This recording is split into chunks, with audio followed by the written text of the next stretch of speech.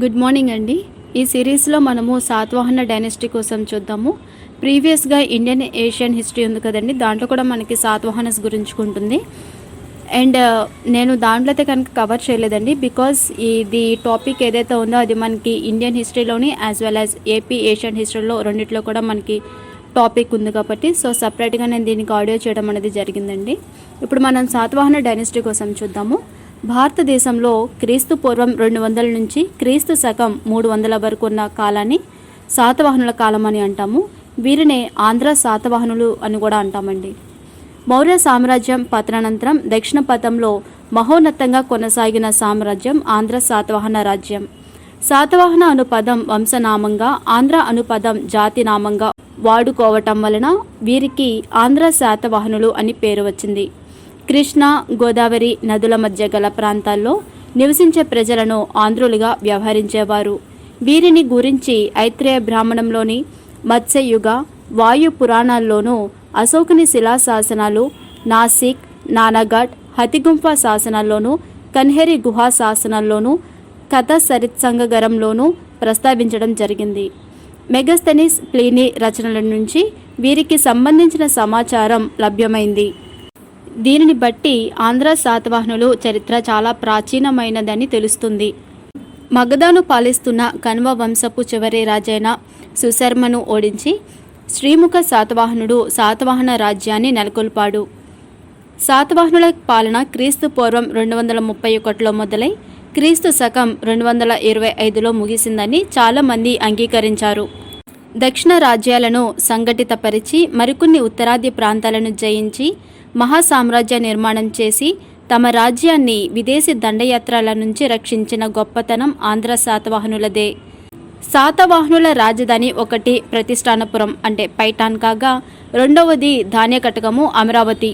శాతవాహన రాజులలో శ్రీముఖుడు, మొదటి శాతకర్ణి, పులోమావి, హల్లుడు, గౌతమిపుత్ర శాతకర్ణి, యజ్ఞశ్రీ శాతకర్ణి గొప్ప చక్రవర్తులు. మొదటి శాతకర్ణి దక్షిణ పథంలో తిరుగులేని పాలకుడిగా ప్రసిద్ధి చెందాడు. హైదరాబాద్, బీరార్ ఆక్రమించి 2 సార్లు అశ్వమేధ యాగాన్ని, ఒక పర్యాయం రాజసూయ యాగం చేసి దక్షిణ పదాపతిగా కీర్తిగాంచాడు. ఇతడు వేయించిన నానఘాట్ శాసనంలో శాతకర్ణి ఘన విజయాలు ప్రస్తావన ఉంది. శాతవాహనులలో 17వ చక్రవర్తి అయిన హల్లుడు కాలంలో వారసత్వ వికాసం జరిగింది. ఇతడు గద సప్తశతిని రచించాడు. సర్వవర్మ కథాంత్రం అనే వ్యాకరణంను రచించాడు. గుణాఢ్యుడు బృహత్ కథ అనే గ్రంథాన్ని ప్రాకృత భాషలో రచించాడు. ఆంధ్రను పాలించిన మొదటి రాజవంశంగా శాతవాహనులను పేర్కొంటారు. కోటిలింగాలలో లభించిన నాణెములు బట్టి శాతవాహనుల కంటే కొంతమంది పాలకులు ఆంధ్ర దేశంలోని కోటిలింగాల నుండి పాలించారు. వారెవరు అంటే గోబధ, నారణ, కంవయాస, శిరవయాస, సమగోప. వీరిలో గోబధ లేదా గోభద్రుడు భారతదేశంలోనే మొదటిగా నాణెములు వేయించాడని కొందరు చరిత్రకారులు పేర్కొంటారు. శాతవాహన రాజ్య స్థాపకుడైన శ్రీముఖుడు వేయించిన నాణెములను కోటిలింగాల వద్ద లభించాయి. ఈ నాణెములు సమగోప వేయించిన నాణెములను పోలి ఉన్నాయి. దీన్ని బట్టి శ్రీముఖుడు సమగోపుడి వద్ద రాజ ఉద్యోగిగా ఉండవచ్చునని కొందరు చరిత్రకారుల అభిప్రాయం. శాతవాహనులు బ్రాహ్మణ వర్ణానికి చెందినవారు. గౌతమిపుత్ర శాతకర్ణి గల బిరుదు క్షత్రియ దర్పమాణ మర్దన ప్రకారం వీరు క్షత్రియులు కారని తెలుస్తుంది. పురాణాలు శాతవాహనులని హీనా జాతికి చెందిన వారని పేర్కొన్నాయి. జైన గ్రంథాలు శాతవాహనులు నిమ్న కులానికి చెందిన పురుషుడు మరియు అగ్రవర్ణానికి చెందిన మహిళ నుండి ఆవిర్భవించిన మిశ్రమ కులం వారని పేర్కొన్నాయి. శాతవాహన పాలకులు. ముత్స్య పురాణం ప్రకారం మొత్తం 30 మంది శాతవాహన పాలకులు ఉన్నారు. ముత్స్య పురాణం ప్రకారం శాతవాహనులు క్రీస్తు పూర్వం 271 నుండి క్రీస్తు శకం 174 వరకు సుమారు 450 సంవత్సరాలు పాలించారు. కానీ ఇతర ఆధారాల ప్రకారం వీరు క్రీస్తు పూర్వం 250 నుండి క్రీస్తు శకం 220 వరకు పాలించారు. శాతవాహన పాలకులను తొలి శాతవాహనులు మరియు మలి శాతవాహనులుగా విభజించారు. తొలి శాతవాహనులు 1 నుంచి 23 వరకు, మలి శాతవాహనులు 24 నుంచి 30 వరకు.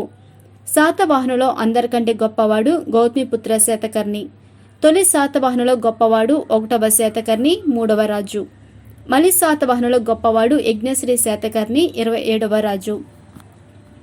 శాతవాహన వంశవృక్షం చూద్దాము. మొదటిగా శ్రీముఖుడు, కన్హుడు లేదా కృష్ణుడు 1వ శాతకర్ణి, వేదశ్రీ శాతకర్ణి లేదా పురోత్సంగుడు 2వ శాతకర్ణి, కుంతల శాతకర్ణి, 1వ పులోమావి, హల్లుడు, గౌతమిపుత్ర శాతకర్ణి, 2వ పులమావి లేదా వశిష్ఠపుత్ర పులమావి, వశిష్ఠపుత్ర శివశ్రీ శాతకర్ణి, యజ్ఞశ్రీ శాతకర్ణి, విజయశ్రీ శాతకర్ణి, 3వ పులమావి. మొదటగా శ్రీముఖుడు గురించి చూద్దాము. శ్రీముఖుడు లేదా సీముఖుడు లేదా చీముఖుడు ఇతను శాతవాహన రాజ్యస్థాపకుడు. ఇతని నాణెములు ఇటీవల కోటిలింగాలు అంటే కరీంనగర్ వద్ద లభ్యమయ్యాయి. ఈ నాణెములలో ఇతని పేరు చిముక అని పేర్కొనబడింది. ఇతని తండ్రి పేరు శాతవాహనుడు. ఈ శాతవాహనుడి పేరు మీదుగానే వీరి వంశానికి శాతవాహన వంశం అని పేరు వచ్చింది. శాతవాహనుడి యొక్క నాణెములు మెదక్లోని కొండాపూర్లో లభ్యమయ్యాయి. శాతవాహనుడు మౌర్య సామంతుడిగా ఉండేవాడని పేర్కొంటారు. శ్రీముఖుడు అనేక యుద్ధాలు చేశాడు. ఇతను రాటైకులు అనే నాగ తెగ వారిని ఓడించి వారితో వివాహ సంబంధాలు ఏర్పరచుకున్నాడు. రాటైకుల రాజు అయిన మహారథ త్రైన కైరో కుమార్తె నాగనికను తన కుమారుడు 1వ శాతకర్ణికిచ్చి వివాహం చేశాడు. శ్రీముఖుడు మొదట్లో జైన మతాభిమాని. ఇతని జైన మత గురువు కాలకచూరి. తర్వాత కాలంలో ఇతను వైదిక మతాన్ని స్వీకరించాడు. శ్రీముఖుడు కుమారుడు 1వ శాతకర్ణి మైనర్ కావడం వల్ల ఇతని సోదరుడు కన్హుడు లేదా కృష్ణుడు పాలకుడయ్యాడు. కన్హుడు లేదా కృష్ణుడు ఇతడు కన్హేరి నాసిక్ గుహలను తొలిపించాడు. నాసిక్లో బౌద్ధ సన్యాసుల సంక్షేమం కొరకు ధర్మ మహామత్య అనే అధికారులను నియమించాడు. ఇతని కాలంలో భాగవత మతం దక్షిణ భారతదేశంలోకి ప్రవేశించింది. భాగవత మతం మగధ పాలకుడైన పుష్యమిత్ర శుంగుడి కాలంలో ఆవిర్భవించింది. 1వ శాతకర్ణి ఇతని భార్య నాగనిక ప్రాకృతంలో నానఘాట్ శాసనాన్ని వహించింది. అది మనకి మహారాష్ట్రలో ఉంది. ఈ శాసనంలో 1వ శాతకర్ణి గొప్పతనం అప్పటి సమాజం గురించి వివరించింది. నానఘాట్ శాసనంలో 1వ శాతకర్ణికి కొన్ని బిరుదులు ఉన్నాయి. ఆ బిరుదులు ఏంటో చూద్దాము. 1 ఏకవీర, 2 శూర, 4 దక్షిణ పదపతి. పురాణాలు ఇతన్ని మహాన్ లేదా మల్లకర్ణ అని పేర్కొన్నాయి. 1వ శాతకర్ణి విదర్భ ఉజ్జయినిలను ఆక్రమించాడు. ఇతను ఉజ్జయిని పట్టణ గుర్తుతో నాణెములు ముద్రించాడు.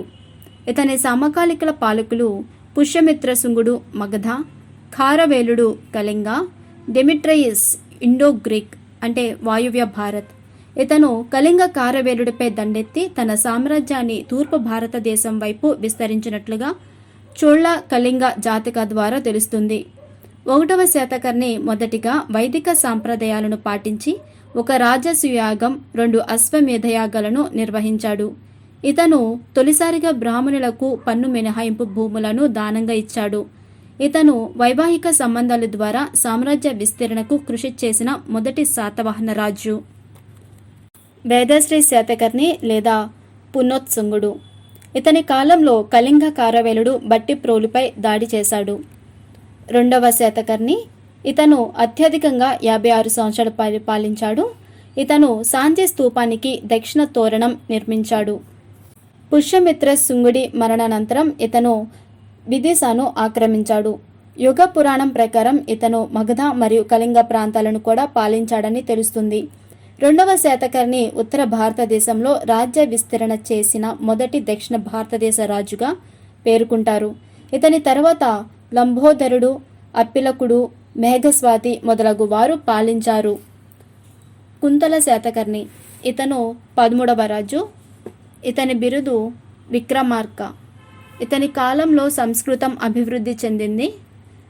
ఇతని ఆస్థానంలోని సర్వవర్మ కతంత్రత వ్యాకరణంను సంస్కృతంలో రచించాడు. ఇతని ఆస్థానంలోనే గుణాఢ్యుడు పైశాచిక భాషలో బృహత్ కథను రచించాడు. ఈ పైశాచిక భాషను దినేష్ చంద్ర సర్కర్ ప్రాచీన తెలుగు భాషతో పోల్చాడు. కుంతల శాతకర్ణి భార్య మలయావతి కెరిత్త అనే రతి భంగమ కారణంగా మరణించింది. కుంతల శాతకర్ణి గురించి కొన్ని గ్రంథాల్లో ప్రస్తావించబడింది. అవి వాత్స్యాయనుడి కామసూత్రము, దీని తెలుగులోకి అనువదించిన వాడు పంచాగ్నుల ఆదినారాయణ శాస్త్రి. 2 రాజశేఖరుడి కావ్యమీమాంస. 3 గుణాఢ్యుడి బృహత్కథ. ఇతని తర్వాత స్వాతికర్ణి పాలించాడు. 1వ పులమావి. ఇతను 15వ రాజు. ఇతను కన్వ వంశానికి చెందిన సుశర్మను ఓడించి మగధను 10 సంవత్సరాల పాటు పాలించాడని వాయుపురాణం పేర్కొంటుంది. ఇతని నాణెములు పాటలిపుత్ర సమీపాన కుహరమ వద్ద లభ్యమయ్యాయి. పులోమావి అనేది ఒక తెలుగు పదం. పులోమావి అనగా గడ్డిలో జన్మించినవాడు అని అర్థం. ఇతని తర్వాత పాలకుడు శివస్వాతి. ఈ పదం ఆంధ్రదేశంలో శైవ మత ప్రవేశాన్ని సూచిస్తుంది. హాలుడు. ఇతను ఒక కవిరాజు. ఇతని బిరుదు కవివత్సలుడు. ఇతను ప్రాకృతంలో గద సప్తశతి అనే గ్రంథాన్ని రచించాడు. దీనిలో 700 శృంగార పద్యాలు అప్పటి సమాజాన్ని వివరించాయి. ఇతను శతాప్సి, అభిధాన చింతామణి అనే గ్రంథాలను కూడా రచించాడు. ఇతని కాలాన్ని ప్రాకృతంలో స్వర్ణయుగం అంటారు. ఇతని శ్రీలంక రాకుమర్తె లీలావతిని సప్త గోదావరిలో వివాహమాడాడు. సంగణం భట్ల నరసయ్య గారి అభిప్రాయం ప్రకారం హాలుడు మరియు లీలావతి యొక్క వివాహం కరీంనగర్ జిల్లాలోని ధర్మపురికి 40 కిలోమీటర్ల దూరంలోని వేంపల్లి వెంకట్రావుపేట దగ్గర గోదావరి తీరంలో ఉన్న భీమేశ్వర ఆలయం వద్ద జరిగింది. ఈ వివాహంపై కుతూహలుడు లీలావతి పరిణయంను రచించాడు. గౌతమిపుత్ర శాతకర్ణి. ఇతను 23వ రాజు. ఇతను శాతవాహనులలో అతి గొప్పవాడు. 24 సంవత్సరాలు పాలించాడు. క్రీస్తు శకం 78లో శాలివాహన యుగాన్ని ప్రారంభించాడు. హేమచంద్రుడు శాతవాహనులను శాలివాహనులు అని పేర్కొన్నాడు. ఇతని బిరుదులు క్షత్రియ దర్పమానవర్ధన, ఏకబ్రహ్మణ, వర్ణ సంకర్య నిరోధక, అగమ నిలయ, బెనాటక స్వామి, త్రిసముద్ర తోయపీత వాహన. ఇతని తండ్రి శివస్వాతి, తల్లి గౌతమి బాలశ్రీ. ఇతని కాలంలో నుండే రాజులు తల్లుల పేర్లను తమ పేర్లతో జోడించుకునే సాంప్రదాయం ప్రారంభమైంది. బహుభార్యాతత్వం కారణంగా ఈ సాంప్రదాయం ప్రారంభమైంది. ఇతను ఒక గొప్ప యుద్ధ వీరుడు. ఇతను నాసిక్ దగ్గర జోగిల్ తంబి అనే యుద్ధంలో సకరాజు సహాపానుని ఓడించి అతను ముద్రించిన వెండి నాణెములను సేకరించి తన చిహ్నాలతో వాటిని పునఃముద్రించాడు.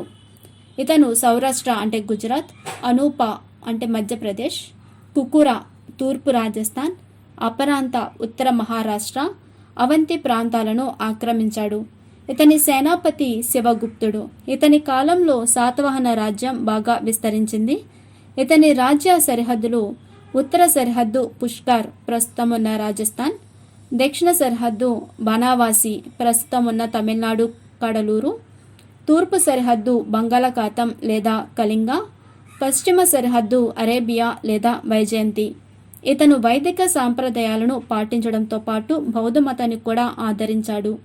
బౌద్ధ సన్యాసులకు 100 నివర్తనాల భూమిని దానంగా ఇచ్చాడు. ఒక నివర్తన అంటే 1.5 ఎకరాల భూమి. 2వ పులమావి లేదా వశిష్ఠపుత్ర పులమావి. ఇతను గౌతమిపుత్ర శాతకర్ణి కుమారుడు. ఇతని బిరుదులు దక్షిణ పతేశ్వర నవనగర స్వామి.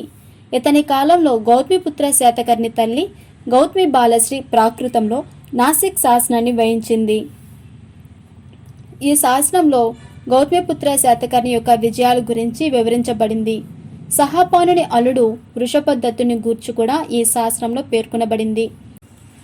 నాసిక్ శాసనంలో 2వ పులమావి దక్షిణ పతేశ్వరుడిగా పేర్కొనబడ్డాడు. 2వ పులమావి సకరాజు రుద్రదామునుడిచే పరాజయం పాలై రాజధానిని ప్రతిష్టానపురం నుండి అమరావతి లేదా ధాన్యకట్టనానికి మార్చాడు. ఇతని కాలంలోనే ప్రఖ్యాత అమరావతి స్తూపం నిర్మించబడింది. దీన్ని స్థానిక రాజు వీరుడు లేదా నాగరాజు నిర్మించాడని పేర్కొంటారు. హుయన్సాంగ్ ధాన్యకట్టకాన్ని తెనకబెక అని పేర్కొన్నాడు. 2వ పులమావి కార్లెలో బౌద్ధ సన్యాసులకు విరాళాలు ఇచ్చాడు. వశిష్ఠపుత్ర శివశ్రీ శాతకర్ణి. ఇతను కూడా గౌతమిపుత్ర శాతకర్ణి కుమారుడు. ఇతను రుద్రదాముని కుమార్తె రుద్రమికను వివాహం చేసుకున్నాడు. దీని గురించి రుద్రదాముడు వేయించిన జూనాగఢ్ శాసనంలో పేర్కొనబడింది. సంస్కృతంలో మొదటి శాసనం జూనాగఢ్ శాసనం.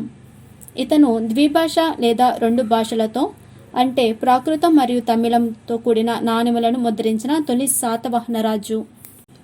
యజ్ఞశ్రీ శాతకర్ణి. ఇతను అనేక యజ్ఞాలను చేసి ఈ పేరు పొందాడు. శిల్పాధికారంలో యజ్ఞశ్రీ శాతకర్ణి పాసండి సత్తాన్ అని పేర్కొనబడ్డాడు. ఇతను శాతవాహనులో చివరి గొప్పవాడు. ఇతను ఓడ తెర చేప లేదా లంగరు వేసిన ఓడ చిహ్నంతో నాణెములను ముద్రించాడు. ఈ నాణెములు ప్రకాశం జిల్లా చిన్నగంజాంలో దొరికాయి. ఇతని కాలంలో రోమ్ దేశంతో వర్తకం అధికంగా జరిగేది. ఇతని కాలంలోనే మత్స్య పురాణం సంకలనం ప్రారంభమైంది. ఇతని ఆస్థానంలో ఆచార్య నాగార్జునుడు ఉండేవాడు. ఇతను నాగార్జుని కొరకు శ్రీపర్వతం లేదా నాగార్జున కొండపై మహావిహారం లేదా పార్వత విహారంను నిర్మించినట్లు ఫాహ్యాన్ పేర్కొన్నాడు. ఈ విహారంలో 1500 గదులు ఉండేవని ఫాహ్యాన్ తెలిపాడు. ఆచార్య నాగార్జునుడు రచించిన సృహలేఖలోని అంశాలను విద్యార్థులు కంఠస్థం చేసేవారని చైనా యాత్రికుడు ఇత్సాంగ్ పేర్కొన్నాడు. ఇతని సేనాని విజయగోపుడు, హర్షవర్ధునికి చరిత్రకారుడు బాణభట్టుడు ఇతని త్రిసముద్రాధిపతి అని పేర్కొన్నాడు. విజయశ్రీ శాతకర్ణి. ఇతను 28వ రాజు. ఇతను శ్రీపర్వతం దగ్గర విజయపురి పట్టణంను నిర్మించాడు. ఇతని నాణేలు నాగార్జునకొండ సమీపంలో ఉన్న తహరాల వద్ద లభించాయి. ఇతని తర్వాత చంద్రసేనుడు లేదా చంద్రశ్రీ పాలించాడు. చంద్రశ్రీ కొడవలి శాసనం వేయించాడు. ఇది తూర్పుగోదావరి జిల్లాలో ఉంది. 3వ పులమావి. ఇతను 30వ లేదా చివరి రాజు. ఇతని సేనాధిపతులలో ఒక్కడైన శ్రీశాంతమునుడు తిరుగుబాటు చేయడంతో ఇతను రాజ్యాన్ని వదిలి బళ్ళారికి పారిపోయి అక్కడ నుండి కొంతకాలం పాలించాడు. ఇతని సేనాని కందానాగుడు. ఇతను బళ్ళారిలో మెక్కదోని శాసనాన్ని వేయించాడు. శాతవాహనుల పతనం అనంతరం మనకి కొన్ని రాజ్యాలు ఆవిర్భవించాయి. అవి ఇక్ష్వాకుడు కృష్ణ గుంటూరు నల్గొండ, అభీరులు వాయువ్య మహారాష్ట్ర, చుట్టూలు కర్ణాటక, తొలి పల్లవులు తమిళనాడు, వాకాటాకులు బీరర్ లేదా విదర్భ. శాతవాహనుల పరిపాలన. శాతవాహనుల కాలంలో వంశపారపర్యం రాజరికం కొనసాగింది. సామ్రాజ్యాన్ని ఆహారాలుగా విభజించారు. మహామాత్రుడు ఆహారాన్ని నిర్వహించే ఉద్యోగి, గ్రామికుడు గ్రామ పాలనను నిర్వహించేవాడు. ప్రభుత్వానికి భూమి శిస్తు ప్రధాన ఆదాయ మార్గం. రేవులు, వృత్తులు, బాటలపై పన్ను విధించాడు. ప్రభుత్వానికి పన్నులను ధన రూపంలో చెల్లించేవారు. ధాన్య రూపంలో కూడా చెల్లించే అవకాశం ఉండేది. చక్రవర్తులు తమ పేర్లకు ముందు తమ తల్లి పేర్లను పెట్టుకునేవారు. స్త్రీలు మత సంబంధమైన క్రతువులలో, యజ్ఞయాగాలలో పాల్గొనేవారు. సంఘంలో స్త్రీల స్థానం ఉన్నతంగా ఉండేది. శాతవాహనుల కాలంలో హిందూ మతం పునరుద్ధరించబడినది. శైవ, వైష్ణవ మతాలకు సమానమైన ఆదరణ లభించింది. బౌద్ధ మతానికి రాజుల నుండి ఆర్థిక ప్రోత్సాహం లభించేది. శాతవాహన రాజులు బౌద్ధ మతాభిమానులు.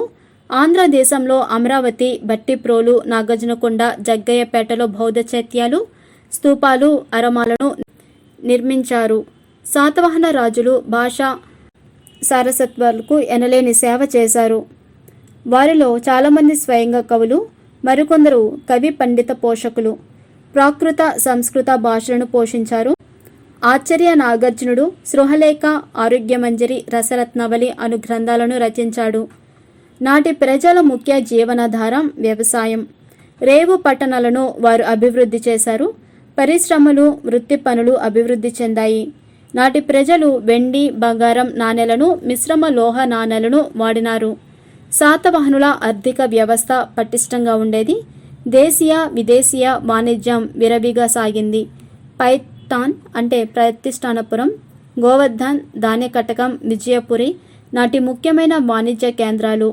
పశ్చిమ తీరంలోని భరుకచ్చం, సోపారా, కళ్యాణి, తూర్పు తీరంలోని మైసోలియా అంటే మచిలీపట్నం, ఘంటసాల ముఖ్యమైన రేవు పట్టణాలు.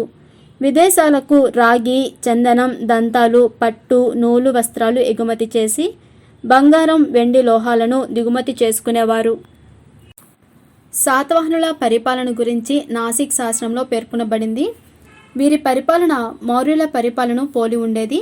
కానీ రాజు దైవాంశ సంభూతుడనే భావన ఉంది. రాజుకు సలహాలు ఇచ్చుటకు 4 ప్రధానమైన మంత్రులు లేదా అముత్యులు ఉండేవారు. విశ్వ అమత్య రాజు అంతర్గిక సలహాదారుడు. రాజ అమత్య రాజు ఆదేశాలను అమలుపరిచేవాడు. మహా అమత్య ఆర్థిక మంత్రి, మహా తలవార ప్రధాన సైన్యాధిపతి. వీరితో పాటు రాజ్యపాలనలో అనేక మంది అధికారులు ఉండేవారు. వారిలో హిరణీకుడు కోశాధికారి, ధన రూపంలో శిస్తును భద్రపరిచేవాడు. భండారికుడు కోశాధికారి, వస్తు రూపంలోని శిస్తును భద్రపరిచేవాడు. ప్రతిహరుడు కోట రక్షకుడు, నిబంధనకారుడు రెవెన్యూ రికార్డులు రాసేవాడు. దూత రాయబారి, స్కందవారాలు పట్టణంలోని తాత్కాలిక సైనిక శిబిరాలు. అక్షిపటల శాఖ రికార్డ్ ఆఫీస్. కటకం సైన్యాగారం. శాతవాహనులు రాజ్యాన్ని ఆహారాలుగా, ఆహారాన్ని విషయాలుగా, విషయాలను గ్రామాలుగా విభజించారు.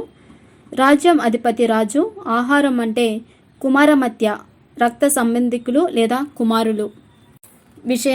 విషయాపతి, గ్రామం గ్రామిక లేదా గోపుడు. అనేక గ్రామాల కలయికను గుల్మా అనేవారు. గ్రామాల్లో సమస్యలు పరిష్కారం కొరకు మహాకారేక అనే ప్రభుత్వ అధికారి ఉండేవాడు. నిగమ సభ గురించి మెగస్తనీస్ యొక్క ఇండిగా గ్రంథంలో పేర్కొనబడింది. నిగమ సభ అంటే పట్టణ పరిపాలనకు నిగమ సభ ఉండేది. నిగమ సభలోని సభ్యులను గుహపతులు అంటారు. రాజు యొక్క సొంత భూమిని రాజ కంకేట అనేవారు. అప్పట్లో శాతవాహన సామంత రాజ్యాలను జానపదాలు అనేవారు. ఉదాహరణకు అనుప్ప జానపదం, వృషిక జానపదం. సరిహద్దు ప్రాంతాల రక్షణకు సైన్యాధిపతులు ఉండేవారు. వీరికి సామంత హోదా ఇవ్వబడేది. వీరిని గోల్మికులు అనేవారిని మ్యాకదోని శాసనం పేర్కొంటుంది. అప్పట్లో చతుర్వర్ణ వ్యవస్థ ఉండేది. కానీ సాధారణ ప్రజలు బౌద్ధ మతాన్ని స్వీకరించుట కారణంగా వర్ణ వ్యవస్థ సమాజంపై పెద్దగా ప్రభావం చూపలేదు. బ్రాహ్మణులకు అత్యున్నత స్థానం కల్పించబడింది. అప్పట్లో ఉమ్మడి కుటుంబ వ్యవస్థ ఉండేది. ధీమిక అనే చర్మకారుడు తన కుటుంబ సమేతంగా అమరావతి స్తూపాన్ని సందర్శించి పూర్ణ కుంభమును సమర్పించాడు. కుల పెద్దలను గహపతులు అనేవారు. మహిళలకు ఆస్తి హక్కు కూడా కల్పించబడింది. గౌతమి బాలశ్రీ భద్రయాన కొండపై బౌద్ధ విహార నిర్మాణానికి విరాళం ఇచ్చింది. కుసుమ వన్నె అంటే బెంగాలీ చీరలు అంటే స్త్రీలకు మోజు ఎక్కువ. జంట నాట్యాలు, బృంద నాట్యాలు వీరి ప్రధాన వినోదాలు. అధికారులు జూదమాడేవారు. అప్పట్లో పితృస్వామ్య సమాజం ఉండేది. రాజరికం కూడా పితృస్వామికయే ఉండేది. రాజ్యానికి ప్రధాన ఆదాయం భూమి శిస్తు. అందువలనే శాతవాహనులు వ్యవసాయ అభివృద్ధికి కృషి చేశారు. ఆధునిక వ్యవసాయ పనిముట్లు తయారు చేయుటకు ఒక సాంకేతిక నిపుణుల సంఘంని ఏర్పాటు చేశారు. దీనిని ఓదయాంత్రిక అంటారు. ఓదయాంత్రిక కొన్ని పనిముట్లను రూపొందించింది. అవి ఉదక యంత్రం, భూమిని దున్నే యంత్రం, గట్టి యంత్రం, నీటిని పైకి లాగడానికి ఉపయోగించే యంత్రం, గరిక యంత్రం, ముడి పత్తి నుండి విత్తనాలు వేరుచేయు యంత్రం. భూమి శిస్తు భాగా లేదా దేయమేయ అనేవారు. ఇది సాధారణంగా 1/6 వంతు ఉండేది. అప్పట్లో 18 వృత్తి శ్రేణి వారు అంటే అష్టదశ వర్ణాల వారు ఉండేవారు. ఉదాహరణకు హాలక అంటే పొలం దున్నేవారు, కోలిక నేత పనివాడు, కులరిక కుమ్మరివాడు, కమ్మర ఇనుము పనివాడు, గంధిక సుగంధ పరిమళలు తయారు చేసేవాడు, వెజ్జ వైద్యుడు, వత్సకార వెదురు పనివాడు, శిలవధిక శిలలు చెక్కేవాడు, తెలపికస నూనె తీసేవాడు, మీదిక మెరుగు పెట్టేవాడు, మణికార రత్నాలు మణులు పొదిగిన నగలు తయారు చేసేవాడు, ధనికులు ధాన్యవర్తకులు, వధిక వడ్రంగి, దశక మృత్స్యకారులు, ఓదయంత్రికులు వ్యవసాయ పనిముట్లు తయారు చేసేవారు. అప్పట్లో విదేశీ వర్తకం బాగా అభివృద్ధి చెందింది. రోమ్ దేశంతో వర్తకం జరిగేది. రోమ్ దేశం యొక్క బంగారం అంతా భారతదేశానికి తరలిపోతుందని ప్లీని పేర్కొన్నాడు. ఒక పేరు తెలియని రచయిత రాసిన పెరిప్లియస్ ఆఫ్ ఎరిత్రియన్ సీ, ఎర్ర సముద్రంపై దినచర్య. ఇటలీ దేశస్థుడు ప్లీని రాసిన న్యాచురల్ హిస్టరీ. గ్రీకు దేశస్థుడు టాలమీ రాసిన గైడ్ టు జోగ్రఫీ మొదలగు రచనలో శాతవాహన కాలం నాటి విదేశీ వర్తకం, అప్పటి రేవు పట్టణాల గురించి వివరించబడింది.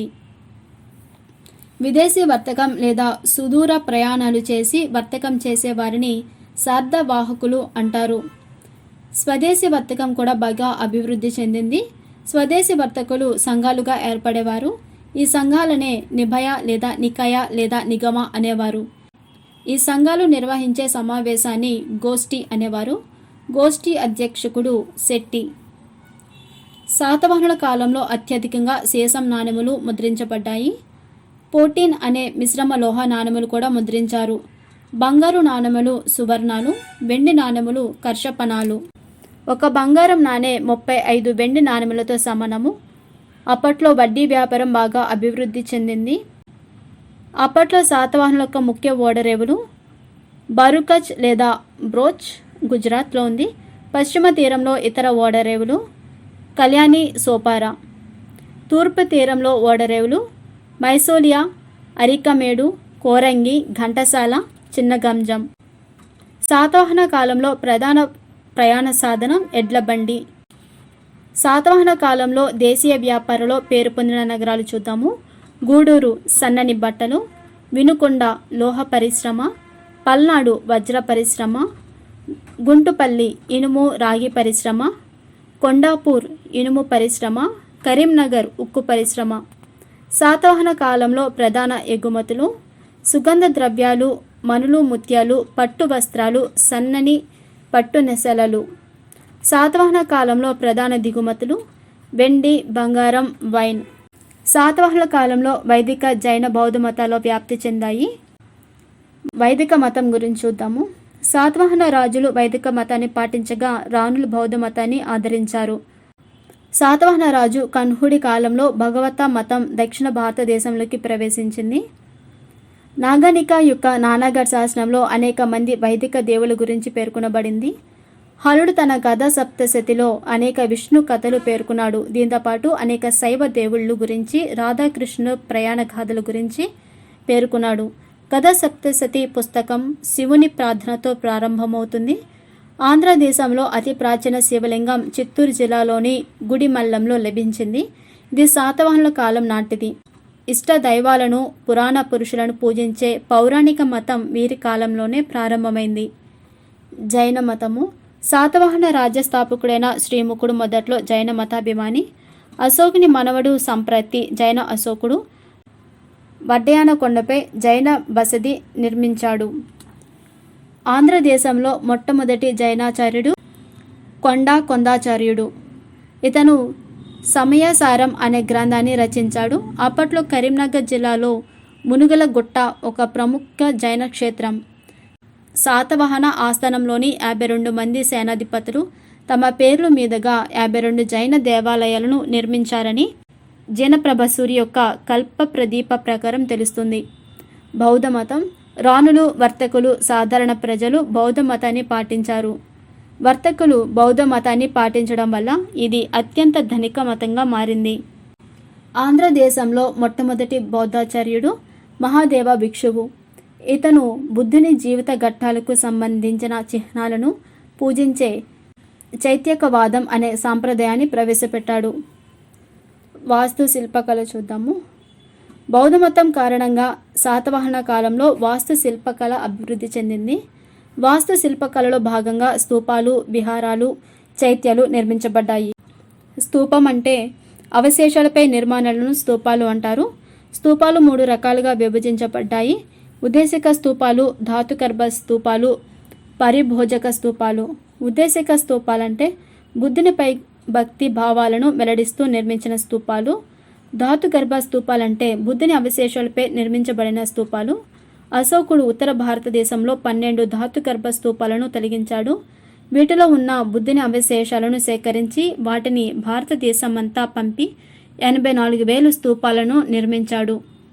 పరిభోజక స్తూపాలు గొప్ప బౌద్ధాచార్యులు ఉపయోగించిన వస్తువులపై నిర్మించబడిన స్తూపాలు.